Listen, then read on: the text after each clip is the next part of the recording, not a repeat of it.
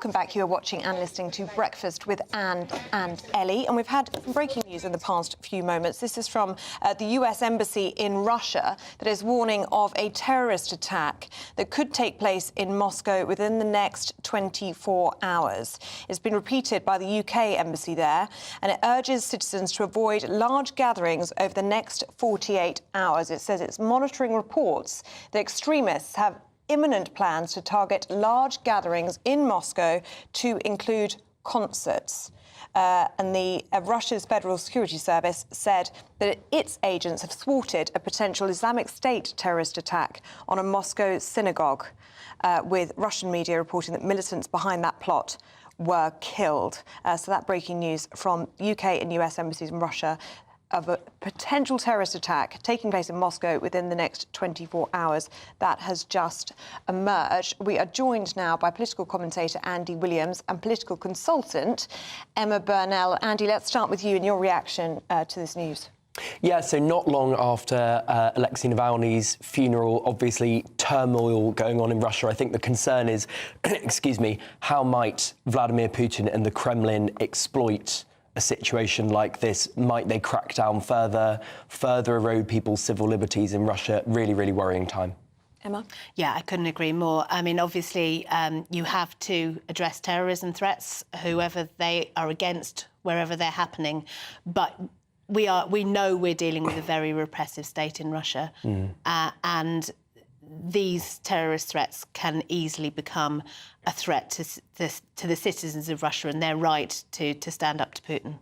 Even more of a threat. It does feel like an increasingly dangerous world that we're living in at the moment, doesn't it?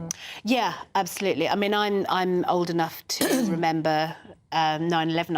I was in America on 9/11, and the aftermath of that. And I don't think that the world has felt this unstable since that moment, since that time. And I'm also, because I really am quite old enough to remember when the Berlin Wall came down, and the hope of freedom that followed that, and the idea that terror was, you know, and that bipolar world was over. And I'm afraid that was a very, very naive hope. Well, on that note, did you find it curious that defence was not mentioned in the spring budget on Wednesday? Yeah, I did, because we need to be funding not just traditional defence, things like the Army and the Navy and what have you, but also we need to be looking really seriously at investing in things like cybersecurity.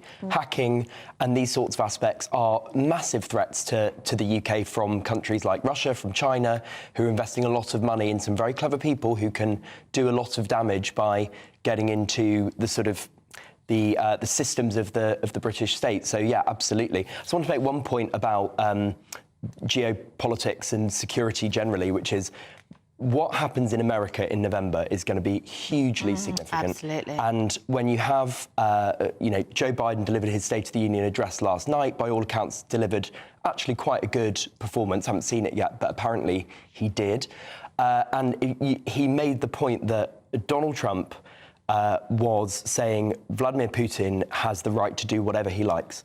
And no US president I think in American history would ever have said anything like that. And that is a really worrying, dangerous thing if Donald Trump becomes president again, which is maybe more likely than not. Indeed, absolutely. I couldn't agree more. Don't you think Putin might actually be more wary of Trump? No. Because he too will do what the heck he likes. He will do what the heck he likes, but what he likes is Vladimir Putin, and that's the problem. Well, we don't know that he likes him. Well, we just know that... We do, because we saw him in Finland saying, this guy's great, I can totally work with this guy's amazing.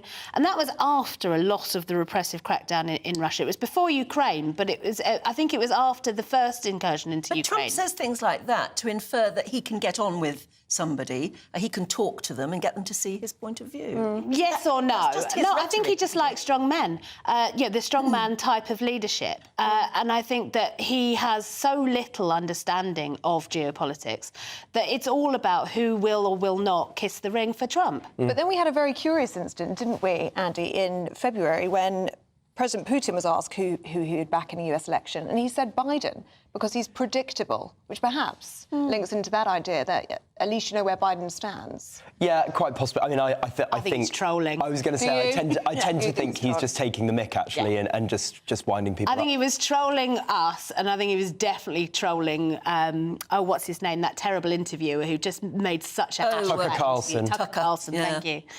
I think that Putin ran rings around him and was clearly just, by the end of it, having a laugh.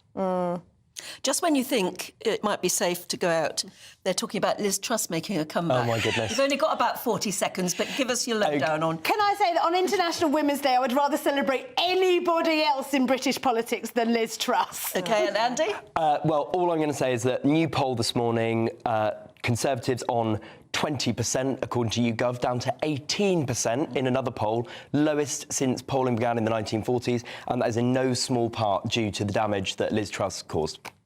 Gosh. OK. Well, let us know what you think of that. Do you think Liz Truss should make a comeback? Did you say Liz Trash, then? Liz Truss? What sounded like? Truss? Is that what you wanted to hear, perhaps? Annie Shuttleworth has your weather for you.